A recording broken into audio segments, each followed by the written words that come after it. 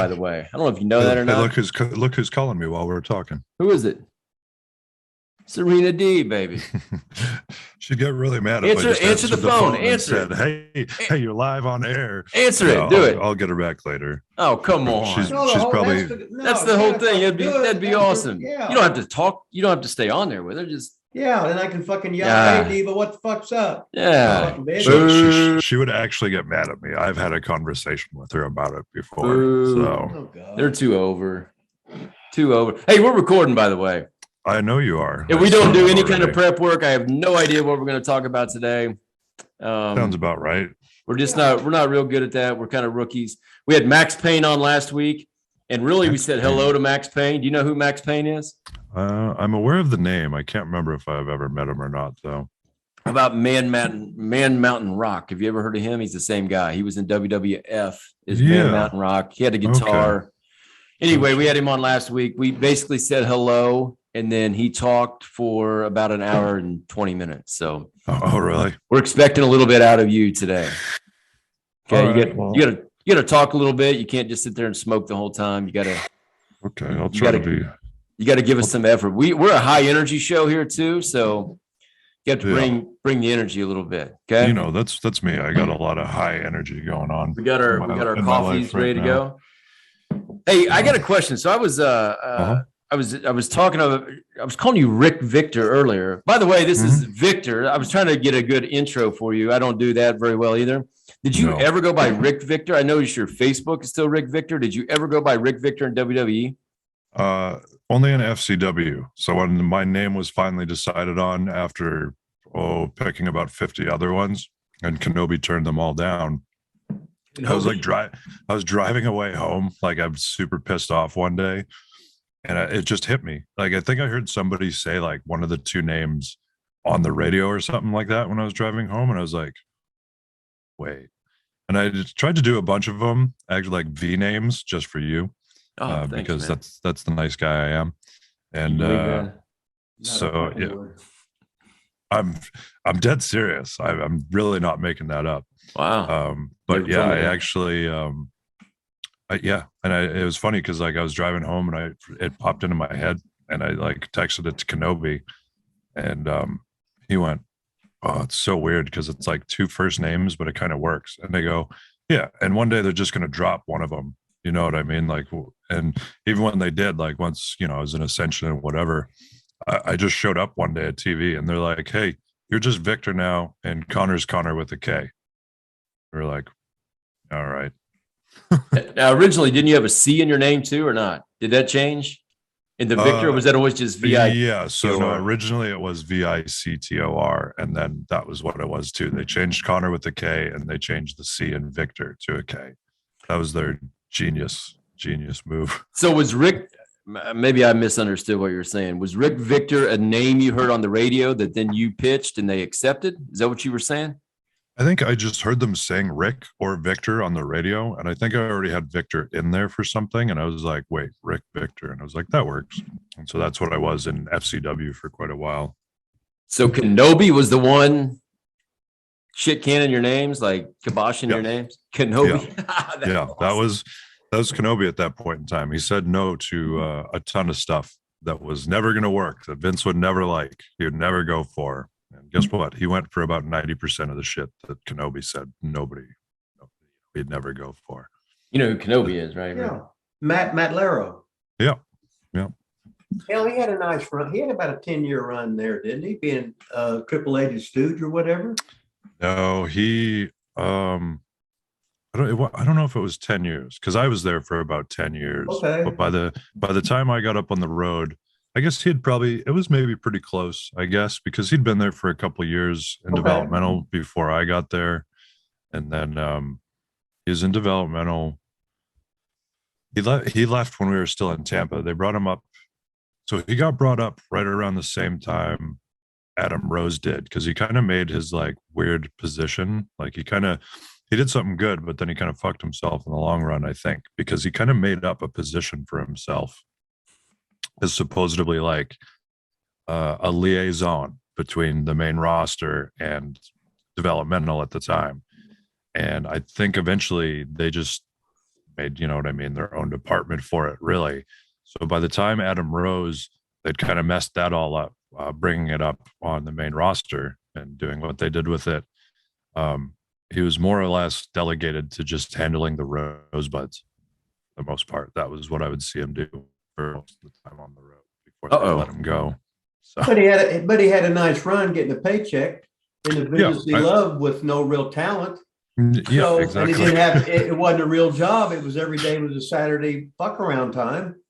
Yeah, more or less, you know. And he just looked stressed out and pissed off all the time. But I mean, he helped me a lot when we were in FCW, because he would kind of like give me the heads up on, you know, if somebody was hating my shit or whatever. Yeah. Like, you know, he was the one that came and told me one time, like, he was like, dude, you got to cut your hair and shave like today. And I was like, what? Really? Why? He goes, I don't know what the deal is, but they don't like it. And I was like, So like, if I don't do this, he's like, if you don't do it, you're not going to be here anymore. And I was like, all right, well, I still need money. So you did it. Did anybody say anything to you after you did it? Like when you showed up the next time with the haircut and shave, were they like, hey? Just Dusty. Dusty said something, you know, and like Doc would just look at me and go, mm-hmm. But like, you know, even when I had showed up, like when I got signed, I had shaved and trimmed my hair. And then I spent a while just kind of growing it back.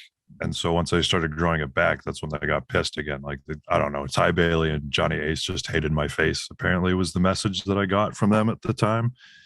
But then by the time they got rid of Ty Bailey, that all seemed to change. But I mean, like, that whole system was changing at the time too. So yeah. You know, I don't think they gave a shit about my face anymore at that point in time. But I had shaved and cut my hair, so I was a handsome and jacked young man. You were looking good, man. You look way hotter than I ever thought you really were, man. You look I'm really good. quite a handsome stud. I still have like this 20-foot banner that they have of me.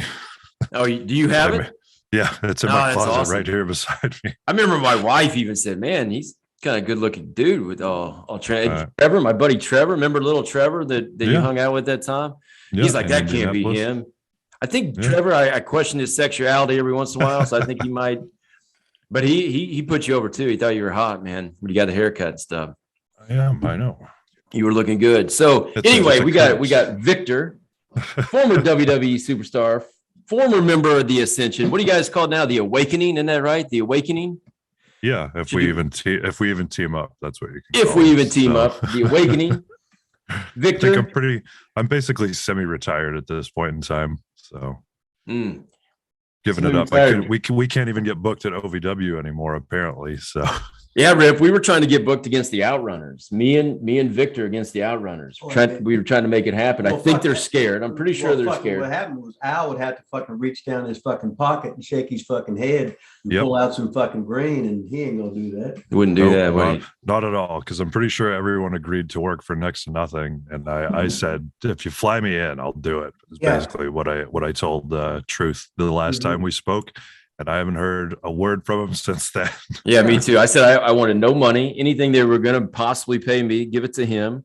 Well, I don't want anything. I just want to show up and have one last match there with him against the Outrunners. Yeah, that's what I said. And have a good time. And so every time now I see, Randy and Shiloh post on Facebook, I'll make a comment, still hiding, scared, you know.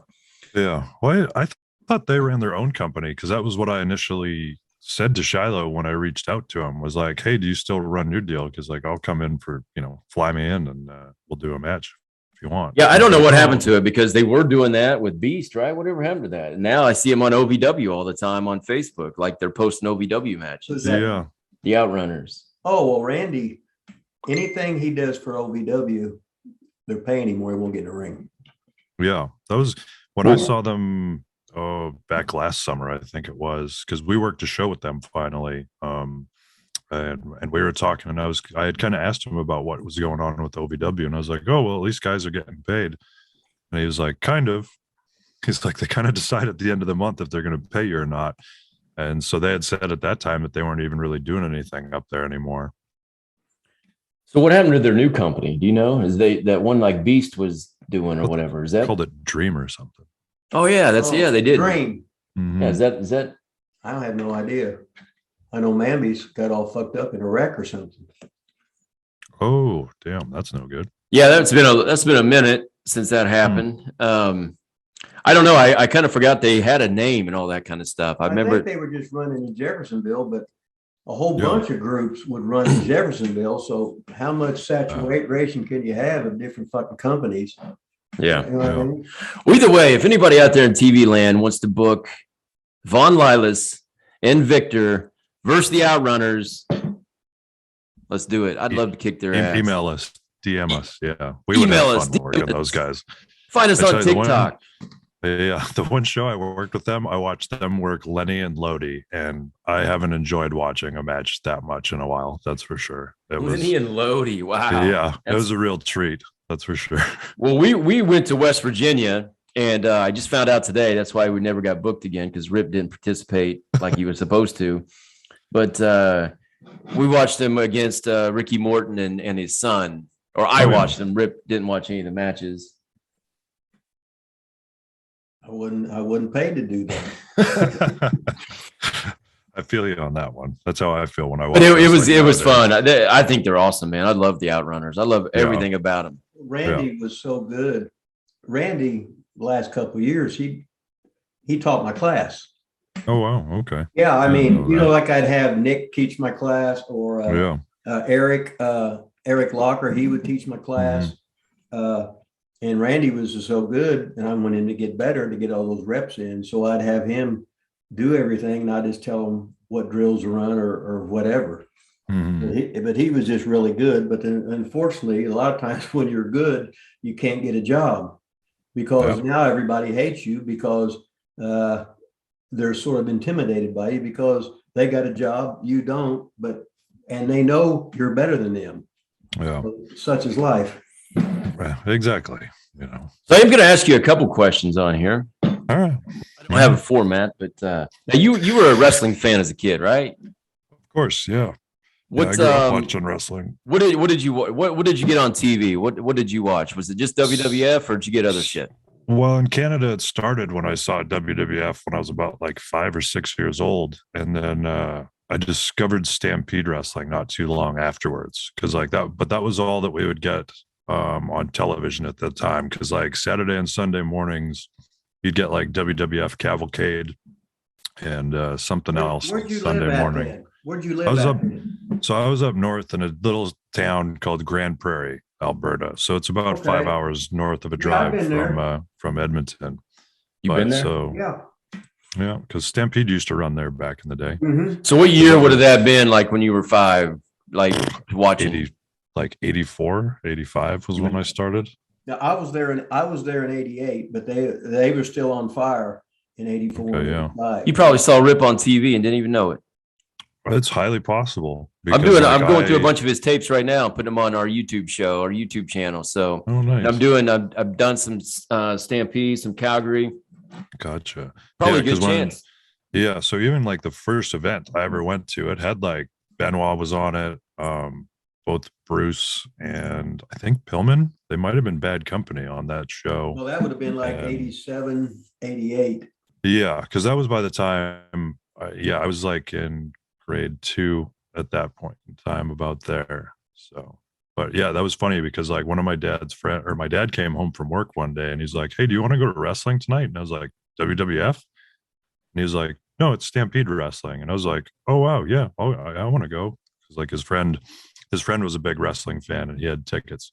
So I wound up going, and I was like, I don't think I'd really seen too much of it before. I just kind of like was aware of it, and I fell in love.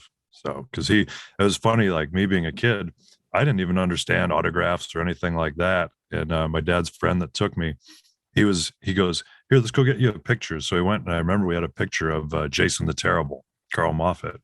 Yeah. Yeah. And he was like, "Here, let's go get this sign. Like, here, there's Chris Benoit, and like there was Biff Wellington, and I think there's Rip Rogers." Yeah. So I know at the second one, I remember I met Lethal Larry Cameron outside afterwards, like as we were leaving, and for how much of a heel he was on the show, he was a complete gentleman as he signed my picture, and just so nice. And I when I was a kid, I was just like, that's so weird. Like he was such a bad guy out there, you know. Do you know him?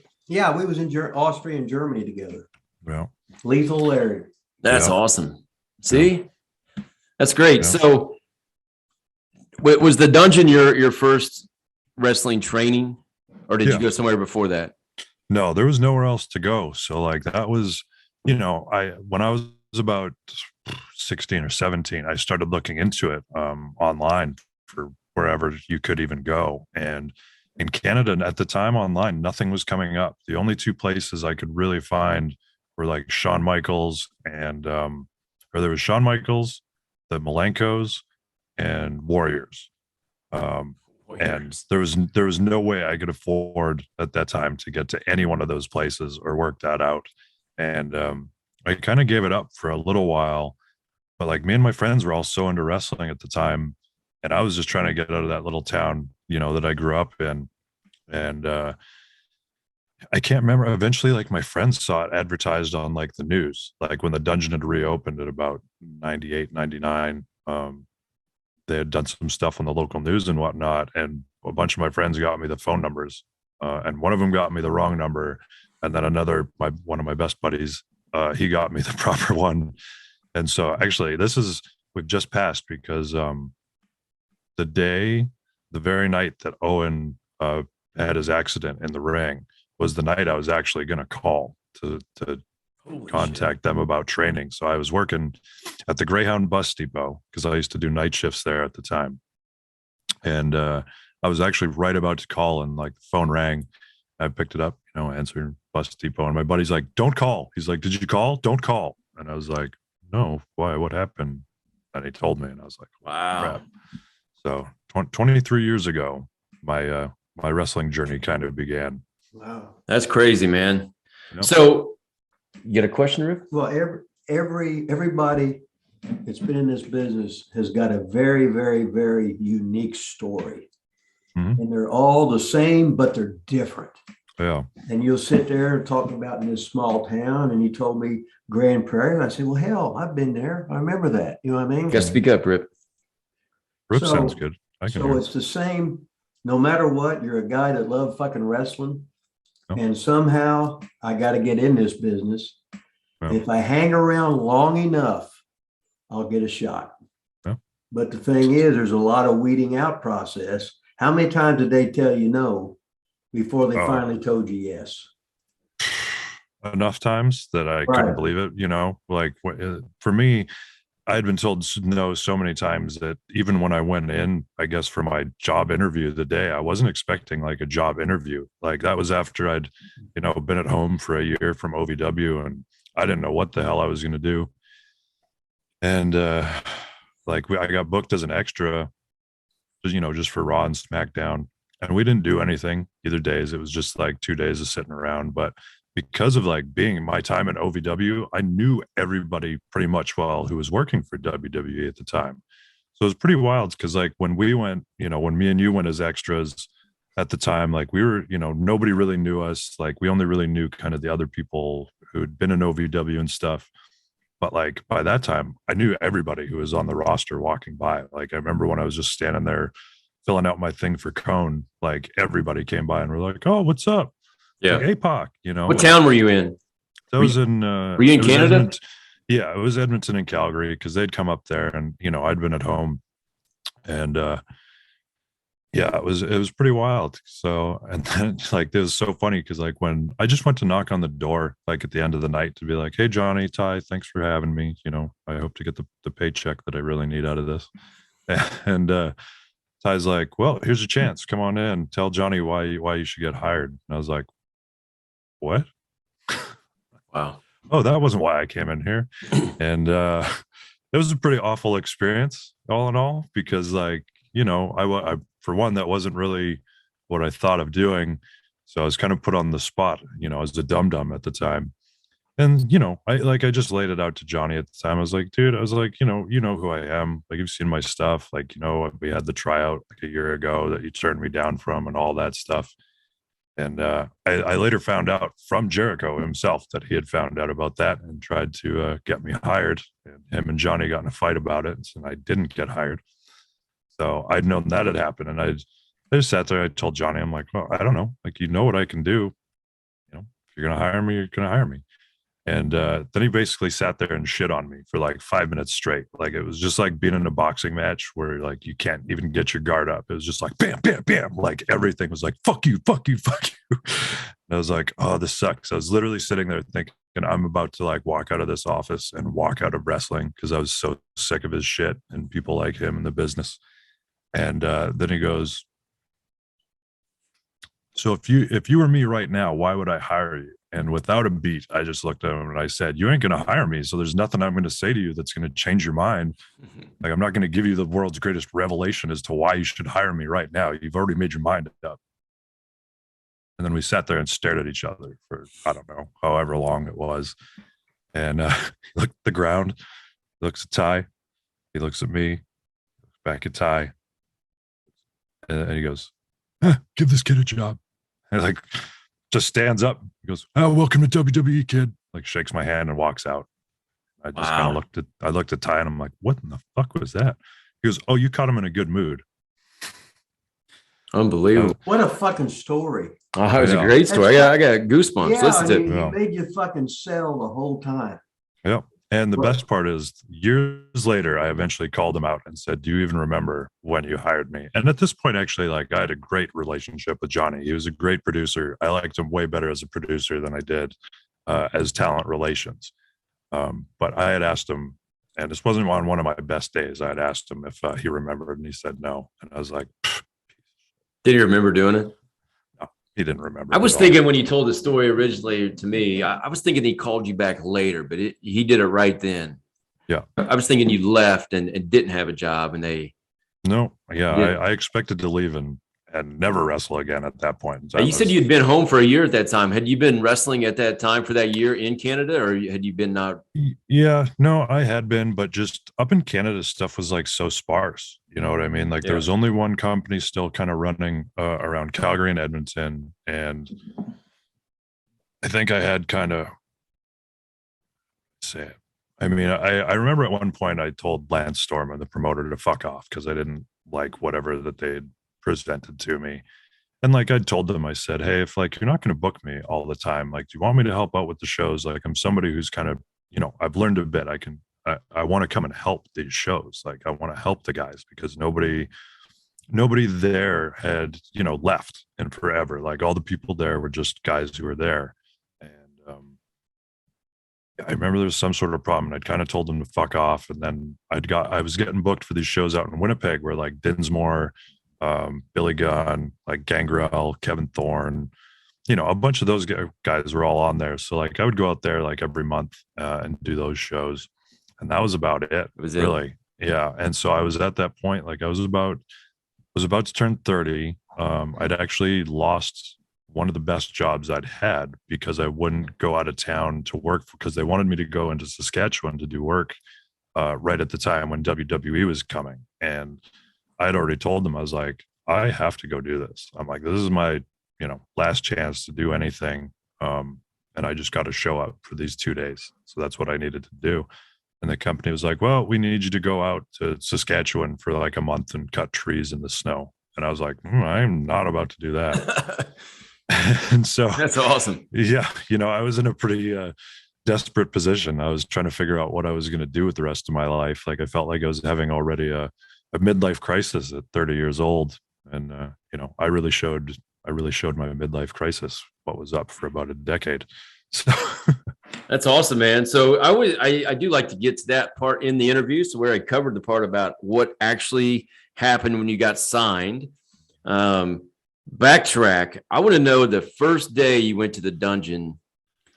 I want to know what you felt going to the dungeon. Did you feel like, holy shit, what have I got myself into? You remember who you saw first? I'm talking your very first day that you walked into the building. I want to know who you saw, how you felt, that kind of deal.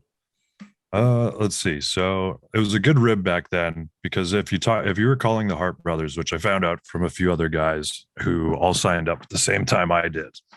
So you would call and most of the time you'd wind up leaving a message and then Bruce would call you back.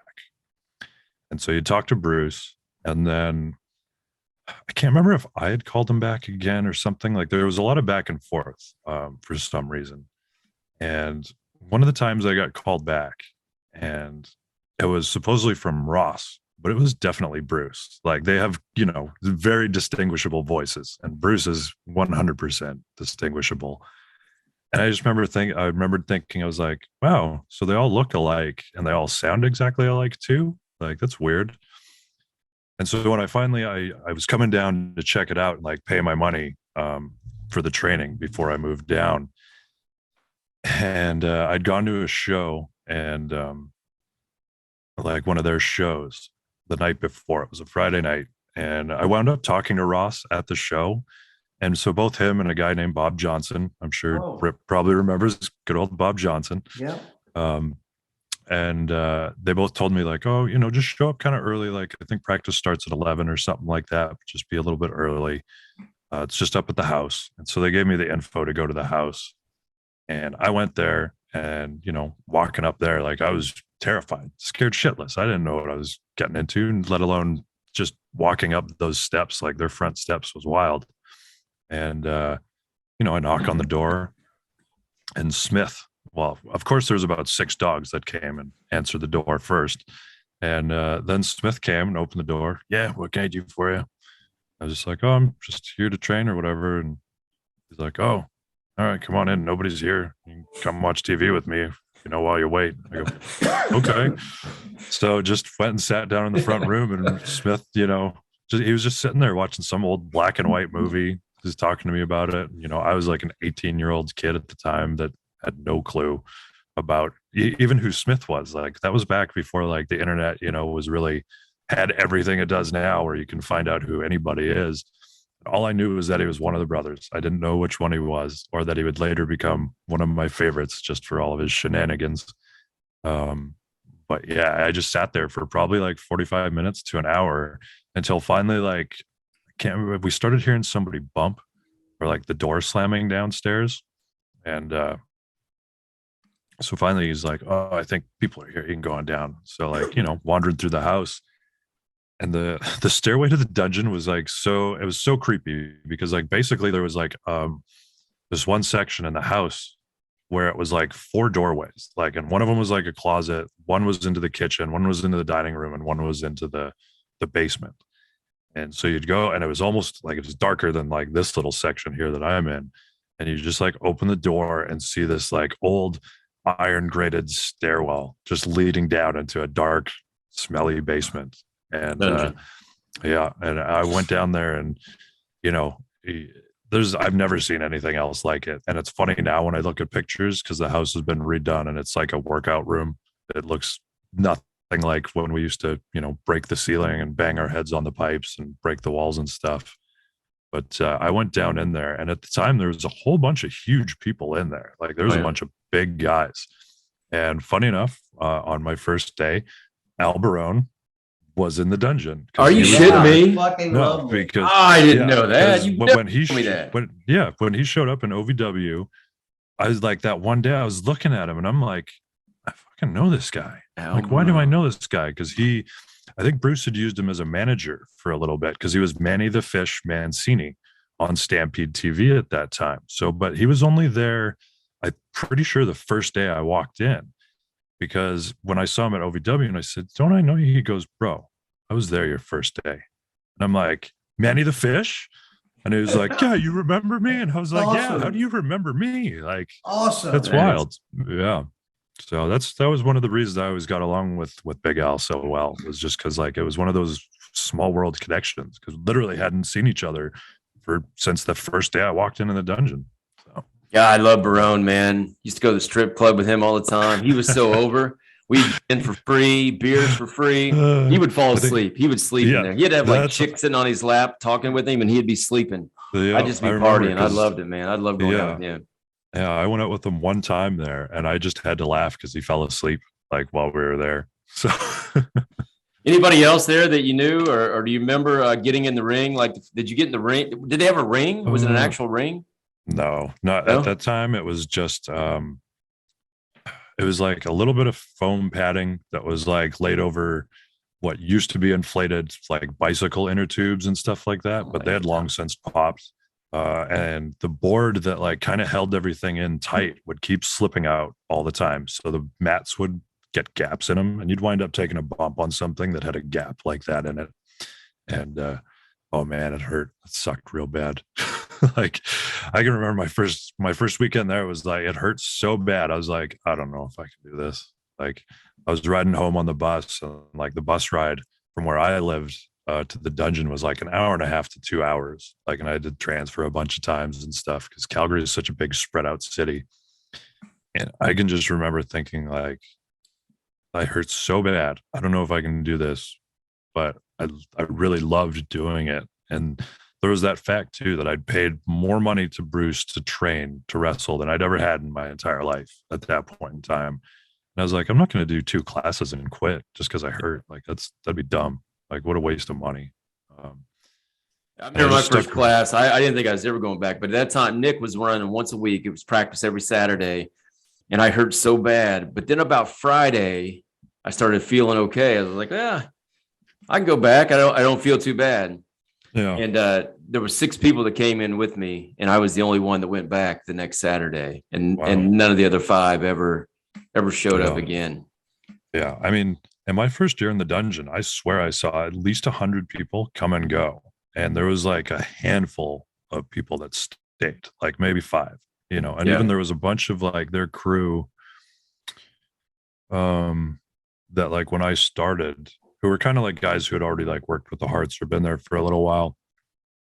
They had left, like they had been having issues with the Hearts, so like a bunch of people quit, and it just opened up, you know, more spots for like those of us that had stayed. Like I got really lucky because I had, you know, I didn't have any money at the time, you know, as happens when you start wrestling, and I didn't have a car or anything like that. And I had a bunch of good buddies who, shockingly, like I can think of these 3 guys specifically, and not one of them kept wrestling, but I probably wouldn't be wrestling today if it wasn't for them coming and picking me up and giving me rides and taking me to the dungeon and, you know, to the shows and stuff like that. So who was your first match against ever? You remember? Oh yeah. It was, at the time he was called the Headmaster, Bill Yates.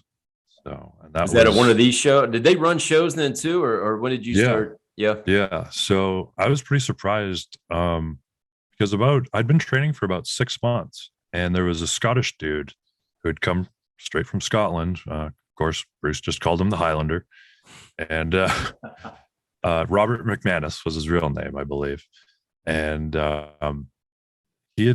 think he'd been there for about 3 months, and all of a sudden he was doing these road shows, and I was like, "What? They have like other events, like other than the ones that we just do in Calgary at the time?" And he was like, "Yeah, man, you should get booked on these shows and come. You just ask Bruce." I was like, "What? Okay." I remember we did like a week, a week of shows kind of through Alberta into Saskatchewan, and then came back. And so my first match, I was actually a ref, which at one point in time I spaced out. Like I had been watching the match, and then I just spaced out, like, and I just wasn't there. And all of a sudden the heel is in my face, like, "Hey ref, I was making a cover," and like everybody was staring at, you know what I mean? Because I don't even know how I spaced out what I was doing, but I was just out of it. And then the next night they're like, "All right, reffing's probably not for you. You're bigger than half the talent, so we'll get you in the ring." And one of the vets, Bill Yates, beat the shit out of me for a while. But you know, I got in my frog splash, and I don't know what else. High flyer, Michinoku driver. Yeah, that was back before I hurt. Hell yeah. Yeah. That was all I did. Got my shit in, got a pop, signed some autographs. Couldn't believe it. I was super excited. Like that's the funny thing too. I don't think I asked for pay even for that first week, and they still kind of paid me. Like old Bob Leonard, who he's done stuff, like he's taken a ton of the pictures in all of the Pro Wrestling Illustrated books and whatnot. Like he'd been around forever. And he kind of took me in, like under his wing, like while we were on the road, like him and a guy named Tiger Khan, who passed many years ago now, unfortunately, because he was like a younger guy from New York, but he was really good. And so like they helped me out a lot in that first week and stuff. And they, you know, I was always really surprised, like the Hearts, you know, it was such an awesome experience into Carney wrestling, like the Carney side. Like I saw a lot of it. Like, and Bruce would always kind of like rib me with stuff at matches. Like there was a time where like in Calgary, I probably lost like 20 matches in a row to getting low blowed, like every single time. And I just never complained about it. I was still having fun doing whatever, learning my matches and stuff. But the Hearts always took care of me. I just texted Natty today because it's her birthday, and I said to her, because like I haven't seen her mom forever. And I was like, please give your mom a hug for me. And she was like, oh, my mom always loved you. You're so sweet to her. And I go, one of my first memories of your mom was she was chewing out, like just berating some kid who had in her words, like a total abortion of a match, completely insulting to the business, And I was kind of standing behind her, like listening, like, whoa, like that sucks. And like I was almost about to run away, and she turned around and just like saw me and was like, oh, hi, Eric. She gives me a big hug. How are you doing? And I was like, okay. But the Hearts were always really good to me.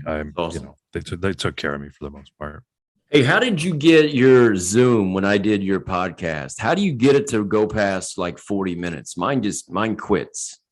So mine does now too. The last mine finally did that on the last one that I did. Oh yeah, I can see the time's about to run out. Yeah, I got like 2 minutes and 22 seconds or 25 seconds or whatever. So yeah, you just stop it and send the link again. That's what I did with Idol when I was talking with him. Yeah, you got some more time? Yeah, I'm not doing anything. I thought maybe you were real busy today, man. I mean, I got a couple more things we could talk about. I try not to go through like your whole life history because I'm sure you do that or have done that on other shows or whatever. I like to know, I like to know where you start. Like I like first match, first day of class, first getting signed. Yeah. That's something I always cover, but we already covered that. So hey, let me talk a little bit, okay? Yeah, we got to reconnect. We got 1 minute. I know that. Okay, go ahead. But your story is so fucking awesome. Thanks, Reb. When I listen to this, I'm so fucking glad.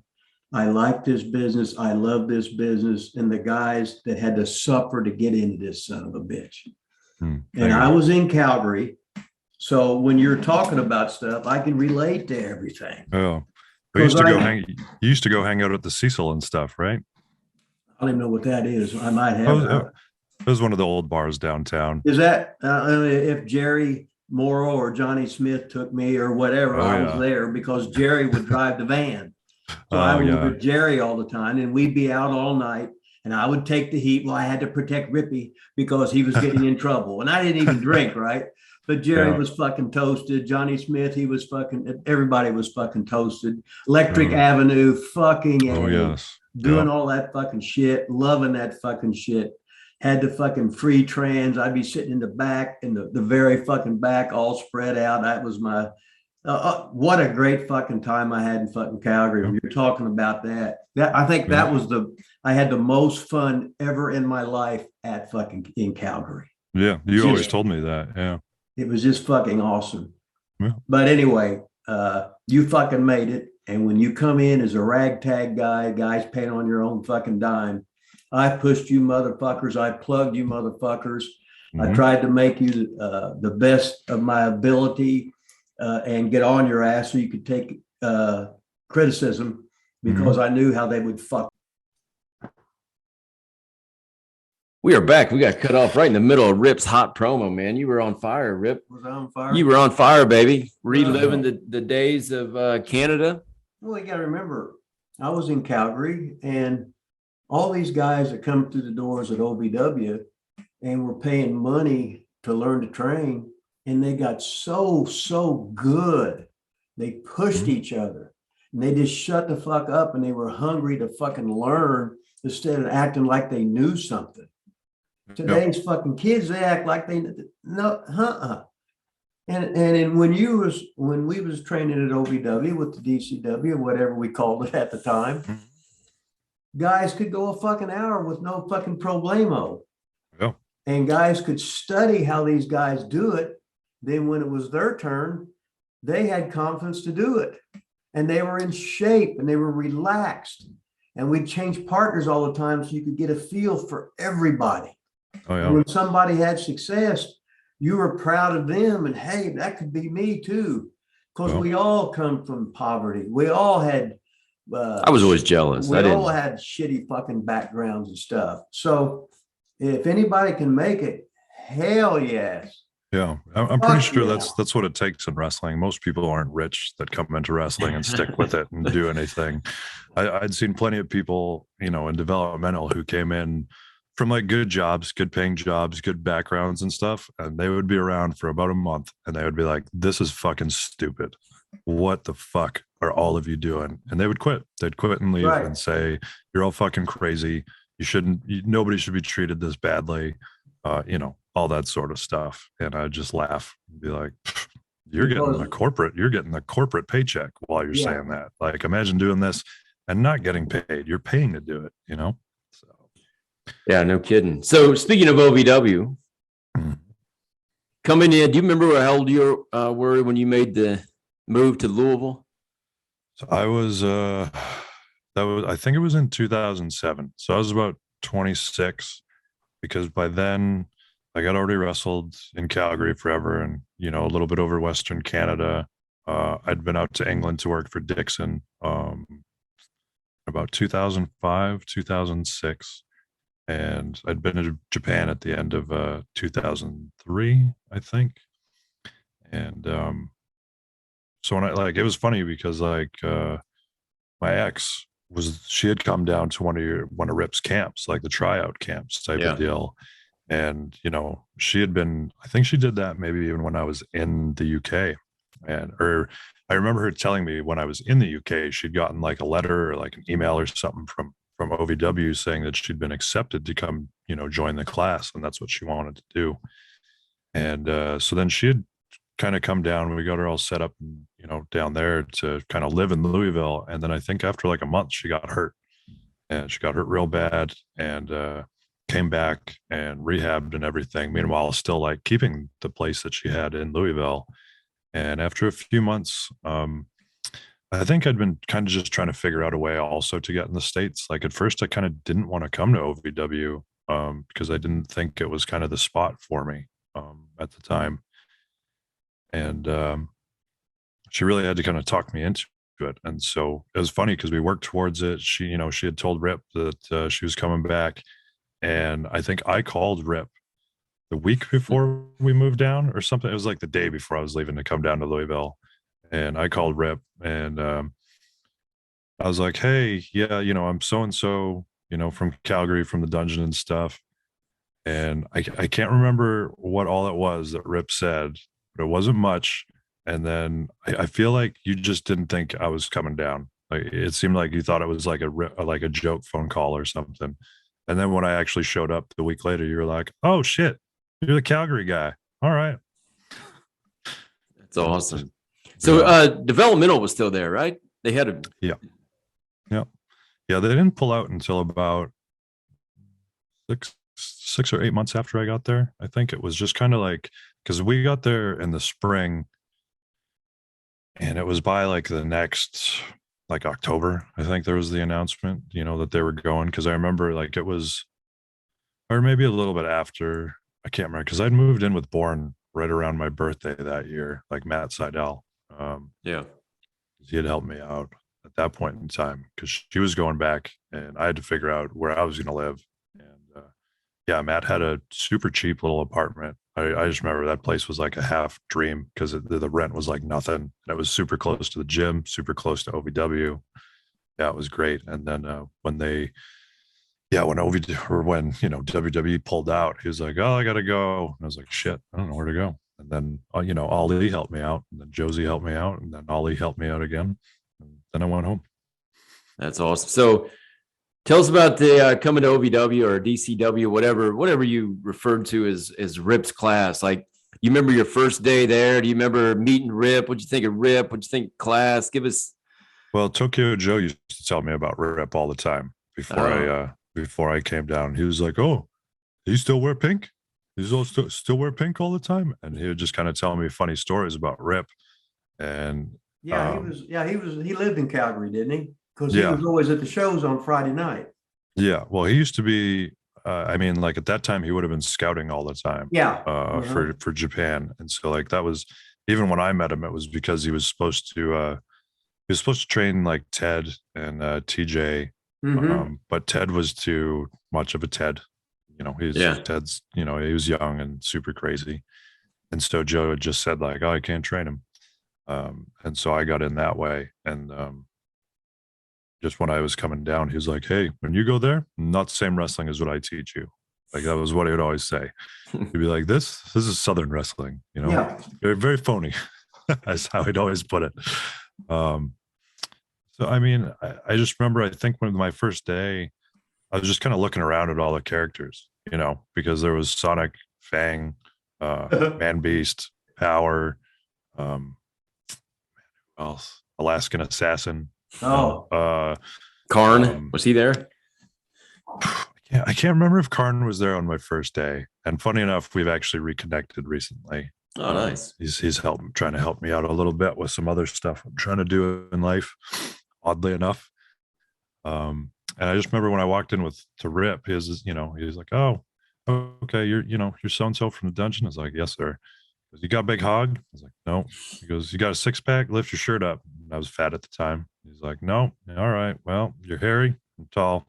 See what we can do. Fat, white, and hairy, baby. Yeah. Had it all. That was about it. And I went, all right, cool. That was it. Prime of life too. Prime of life. Yeah. You know me. I never really put much over. So I was expecting that, more or less. But, I remember when you came in and I don't know, you look more like a truck driver or something at the time, but then you got the ring and you were athletic and you could do everything. Obviously, I mean, stepped in where I was like, damn, man, this guy. You didn't have to be corrected on stuff. No, you did ding the bell on me though on my first run of the high spot because Sin Bodhi fucked it up.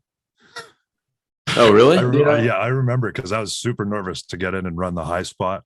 I'd watched it so many times and didn't think I could remember it. I would always do that too. I'd sit there and watch everybody else and try to remember, okay, if I start here, then I'm going to, because it was like triple reverse, drop down, leapfrog. It was. Yeah. And so I remember I'd asked Sin, I was like, do you know the spot? Can you call it like just while we're in there? And he was like, oh yeah. And then I got in there and he did not call it. And I think, I can't remember. I said he fucked it up, but I honestly can't remember. It could have been either of us.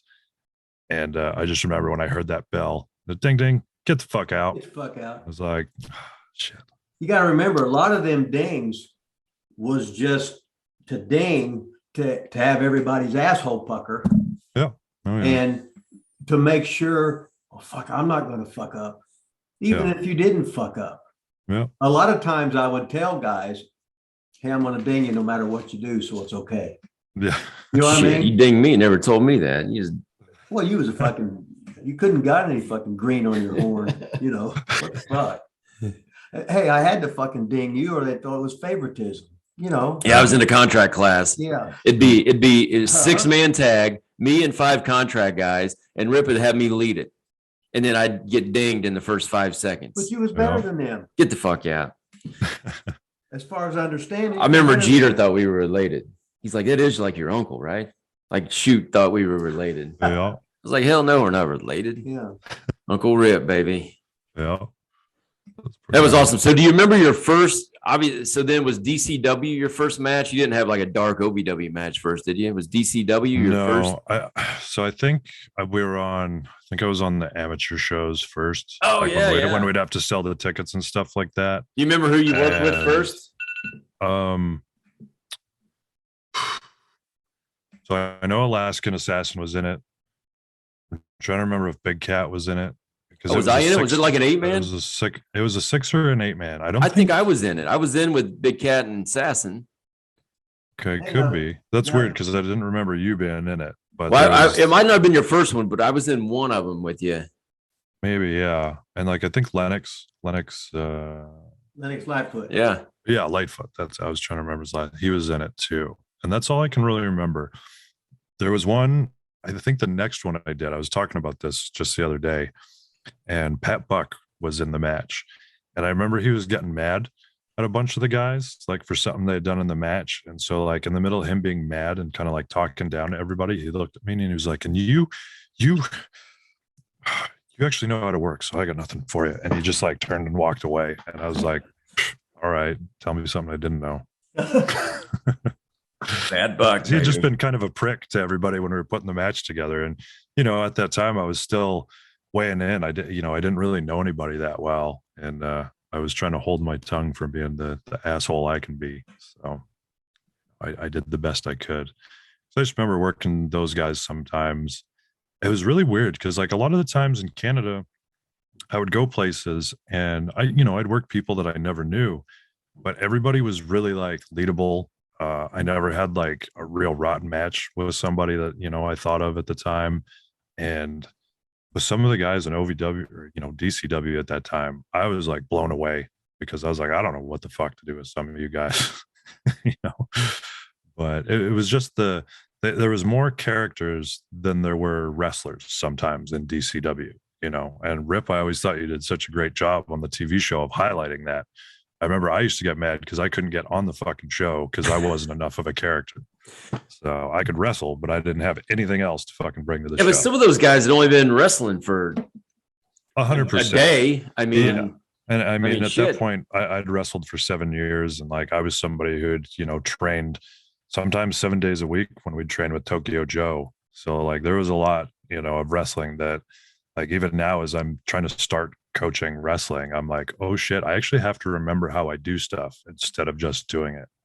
So I was with a kid the other night and I was kind of watching him do some stuff and I'm like, oh, that's not right. That's not right. Here's how you do it. And then I like one thing, it was like, it was a simple like wrist lock reversal. And I was like, wait, how do I do this? I was like, if I go, okay, someone just put me in a wrist lock. Okay, this is what I do. But like, I honestly couldn't think of like how to say it. I had to do it first. Yeah. So that's pretty wild. So you people out there in TV land maybe not know this, but me and Viktor were OVW tag team champions. Do you remember how we ever were even put together? Was that Joey? I think we've talked about it before off the air or maybe on your show. Was that Joey that put us together? Do you remember Joey Mercury, Joey Matthews? Yeah, I know it was Joey for sure. I think like Joey and Nick and Danny, as far as I know, had kind of like made that decision because like they were looking for me to like change. Because I remember Joey was the one that came and told me, he was like, hey, you aren't Apocalypse anymore and throw your fucking cape in the garbage. I was like, my mom made that cape. It's really and I was like, well, what am I going to do then? He's like, you're just going to be Apoc and just go get some shit and look like Rob Zombie like you already do. I was like, oh, all right. And so funny enough, I still wear those shorts every day almost that I leave the house. Yeah, that I used to work in at that time. So that is awesome. Yeah, that was. And yeah, because like me and you, like we talked about it, like we didn't really like, we knew each other, but we didn't really talk a lot because we'd never really worked much together and kind of hung out with different people. But yeah, all of a sudden they were just like, I think you two guys are going to work. And we were like, oh, okay. And I remember our first few matches, he used to always yell at me for something when we came in the back. And I was like, why is this guy so fucking angry all the time? What's his fucking problem? Like we butted heads for a while and I can't remember what it was where we finally were just like, the click happened. And yeah, I don't remember that either at all. I remember, I don't remember. I don't know if I ever yelled at you or not. You might be lying on that a little bit. But no, you used to always yell at me. I remember we in the ring.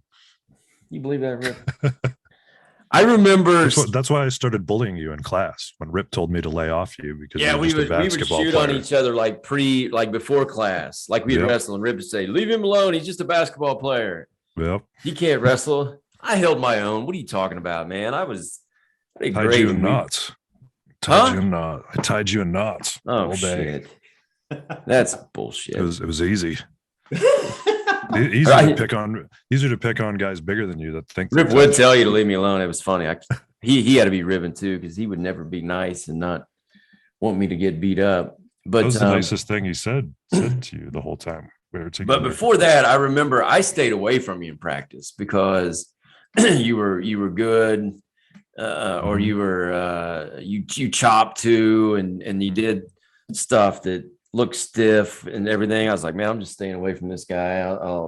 And then we didn't, like you said, we didn't really hang out because I went out and partied all the time with Twinkle Toes and Jimmy, and you'd stay home and play video games or whatever, and I never want to do that shit. So, but then we got together, and then I might have yelled at you a couple times in the beginning or whatever, but then everything seemed to click. But then basically it became you went and talked to whoever we were going to wrestle that night, and then I wouldn't talk to anybody, and then you would kind of just tell me what.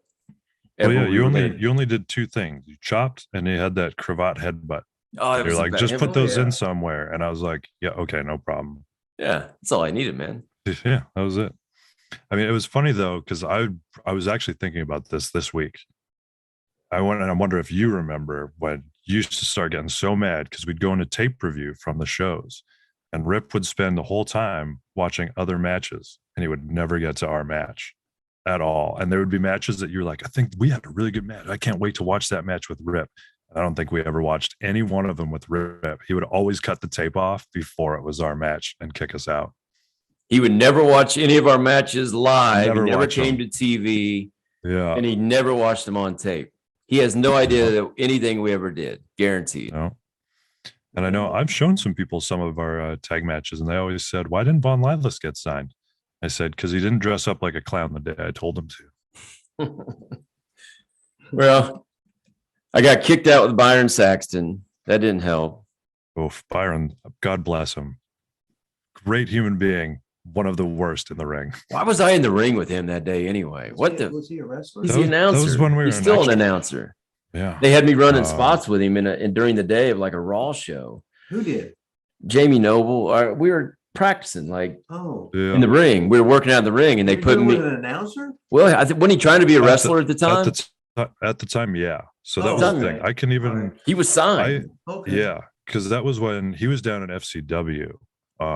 I guess at that time, because when I got signed, I remember asking him like, hey, do you remember? Because like we were all druids and stuff on that little loop of things. But he didn't remember at all. But I actually watched Brawler talk to him one day, telling him how he like reminded him a bit of The Rock and just like how he talked and all this stuff. And honestly, like Saxton, he's a talker. Like I've seen him, he helped me a lot. Like I'm not a test to his ability whatsoever. But he helped me out so much, and so many other people within FCW and WWE today with character development, because he is a phenomenal actor. He's very good at emoting and projecting and just being, he's not afraid to like, do anything basically. But in the ring, two left feet. And I'm almost positive Jamie Noble even said, get the fuck out of the ring. Like Rip. Because he did call like so we were in the ring and Noble is in the ring calling all this shit. Okay. So he called like a tackle drop down, whatever. Okay. And he's coming off the ropes as he's doing it to give me the tackle. Right.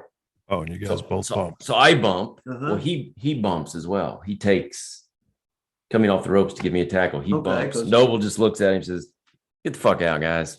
I was like, that was my shot. That was it. I didn't get back in the ring that day. No, everybody's there. All the extras are there working out.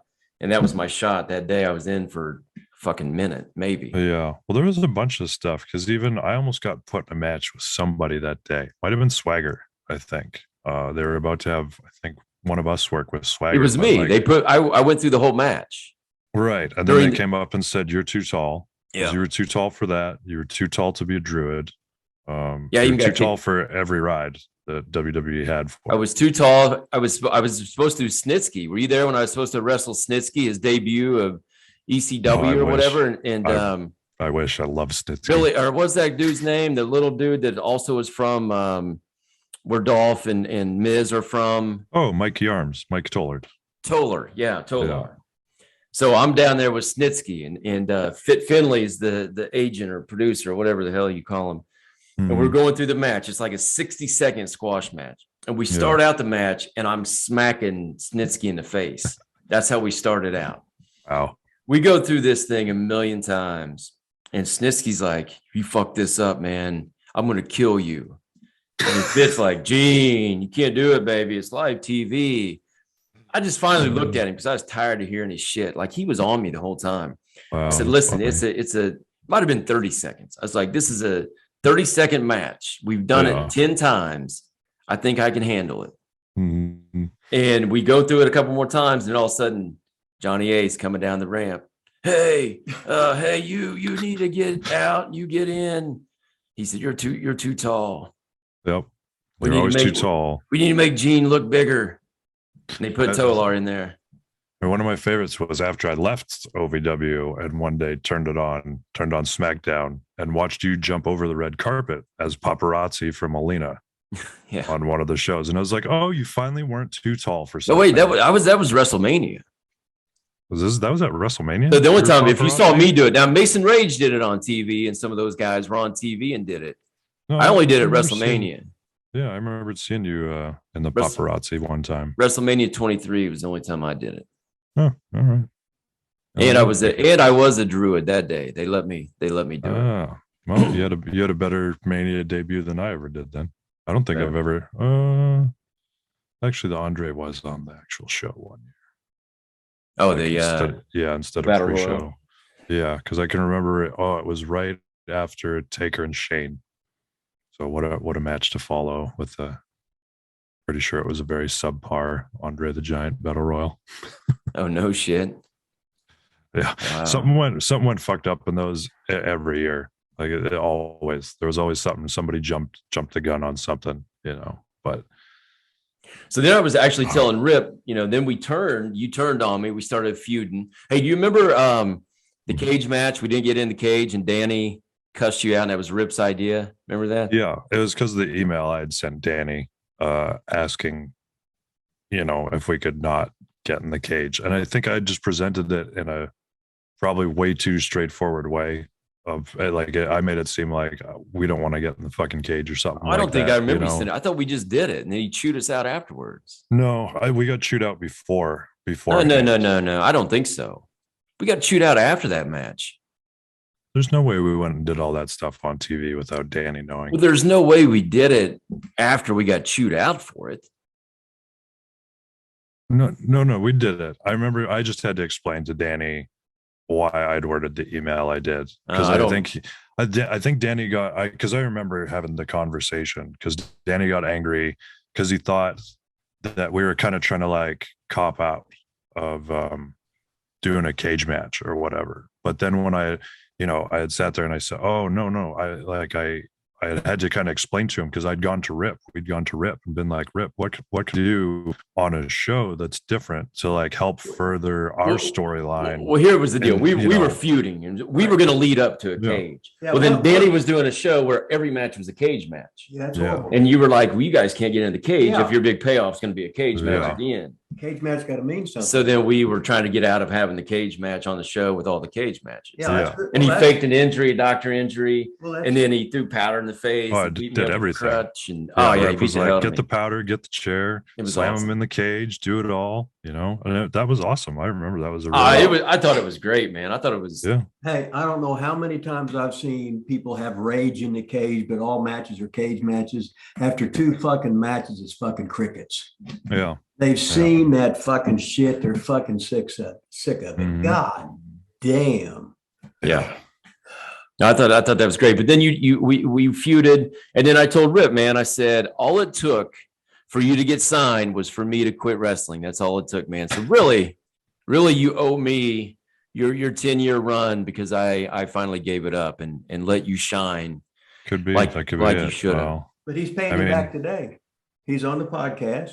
Yeah. So pay me back. This is payback. Getting Lilas Studios over today. Yeah, exactly. My interview with Von Lilas is my lowest listened to podcast out of the 10 that I currently have. I forgot to tell you that still. I got a bump off something the other week where I think the next 2 or 3 I did after you got like an extra whole bunch of listens where I looked and I was like, oh, wow, look at that. And I scrolled down and yours was still next to it.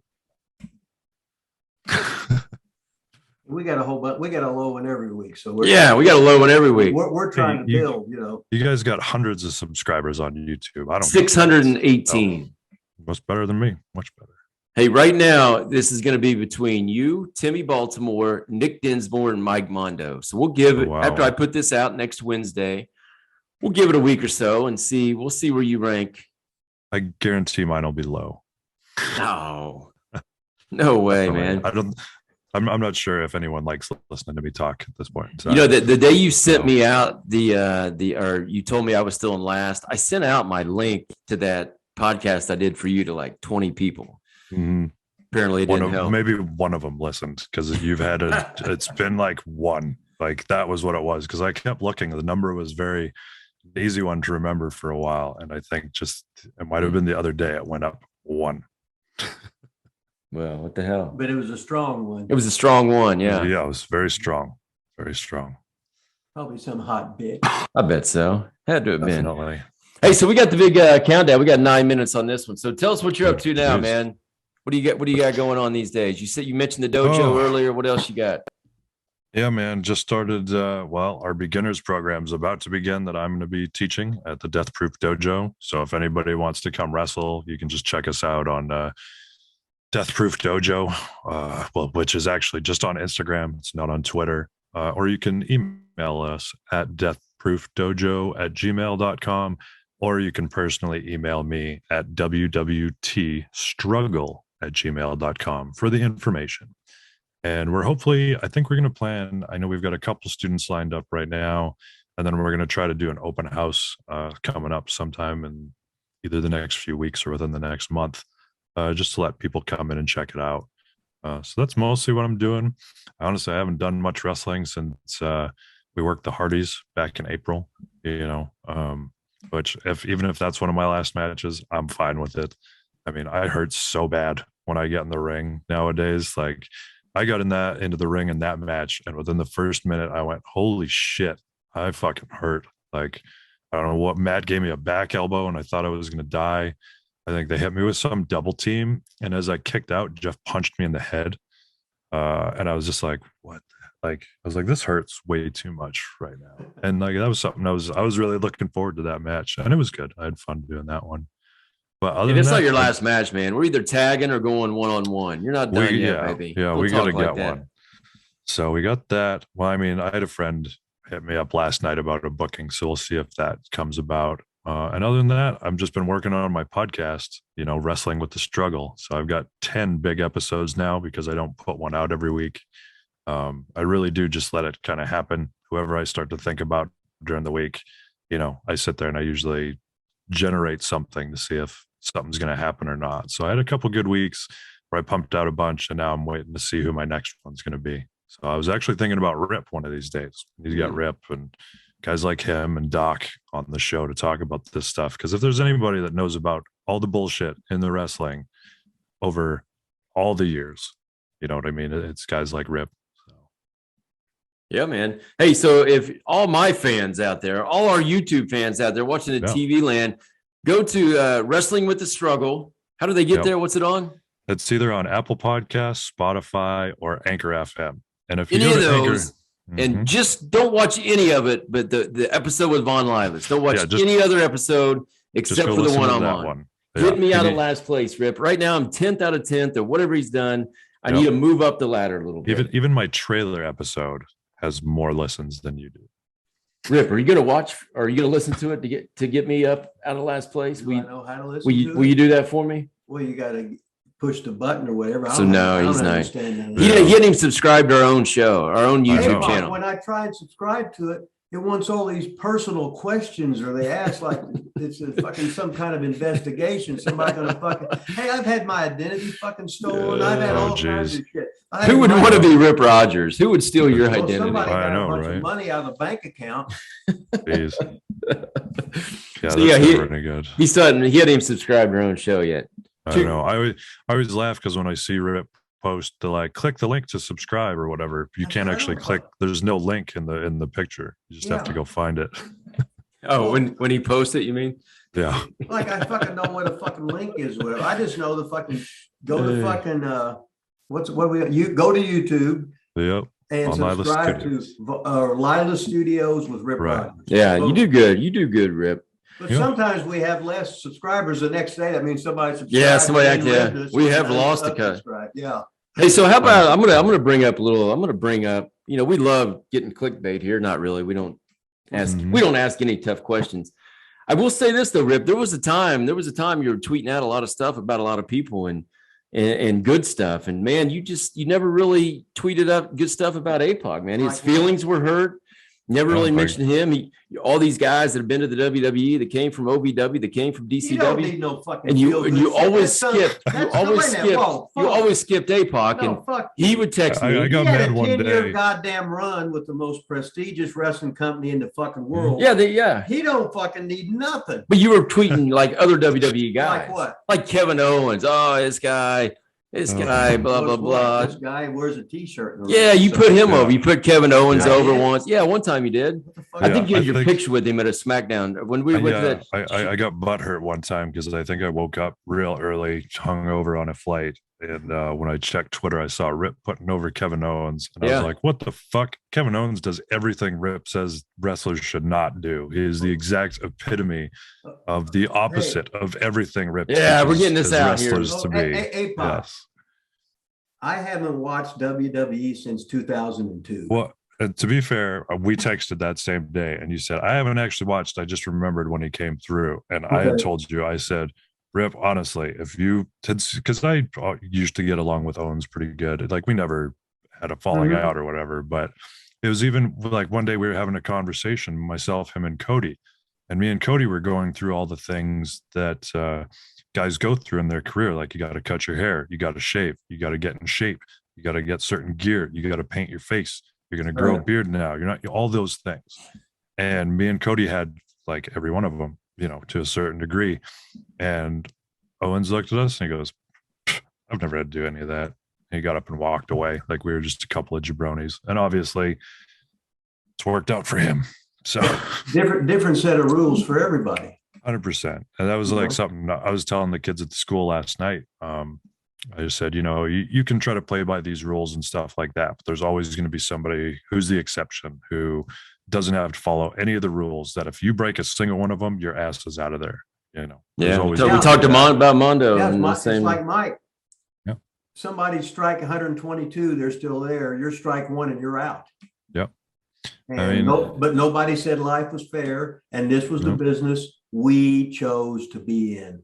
With all the ups and all the motherfucking downs. And we had known guys that fucking killed themselves because they didn't fucking make in this business, because they felt they were a fucking failure.